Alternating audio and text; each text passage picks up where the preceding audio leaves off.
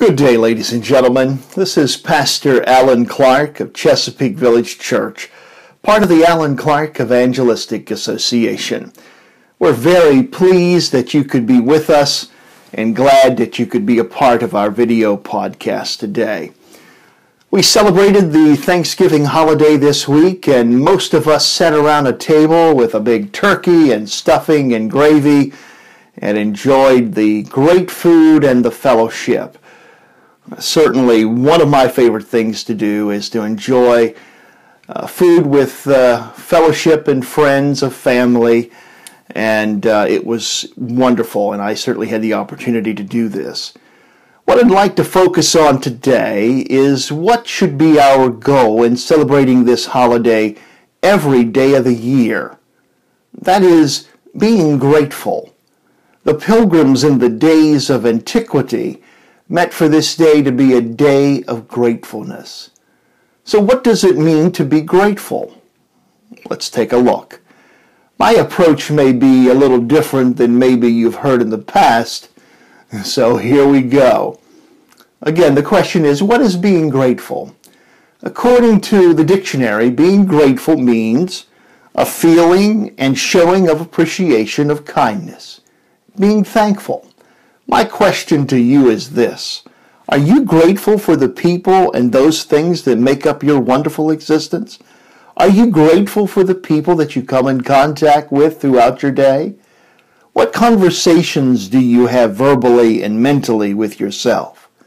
Are these conversations with yourself negative and judgmental, or are they positive? The conversation with yourselves is very important to consider, for it is these inner conversations that press out and they materialize in your everyday life. For example, if I was to play out a conversation in my mind with a person that I'm having a difficult time with, and if I play it out with much controversy and argument and verbal and physical confrontation, then this will be more than likely to manifest itself in reality. What we think about does in fact have an effect on your future reality. Let's take a look at this and take it a step further. If I speak both mentally and literally in judgment of myself, this too will come to be in my life. We must be in a state of mind that's always being grateful for the ideal people and the things in our life. When you condemn another for his good fortune, you are condemning yourself from any like form of good fortune that you may be coming your way. If jealousy consumes you when another is granted a raise or a promotion, then you will not receive any of the same, since you have condemned another for it. We must remember our gifts to another, whether it be judgmental or gracious, is a gift to ourselves. Scripture says, "Do unto others as I would have them do unto you." This is not a statement of instruction to us. Rather, it is a statement of what happens with the gift you give to another. Not long ago, I had an experience while I was in New York City as I was finishing up unloading my passengers at Rockefeller Center. The doorman come over to me and he very shortly said if I was going to stay there that I would need to power down. And I replied to him very nicely that I was just finishing up and I was leaving very shortly. His response was nasty with this: "Well, you have been leaving for a while now." Oh boy, I so wanted to respond with a nasty comment.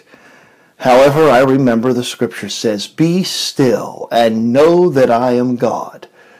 I just looked at him in silence. I felt that a response would not make the situation any better, and after all, after today, after this moment, I would probably not see him again.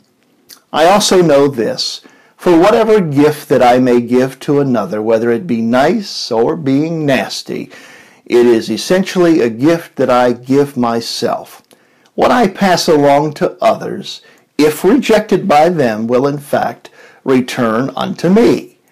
He may be nasty to me, but I reject his negative energy by the silence and return it with love and kindness.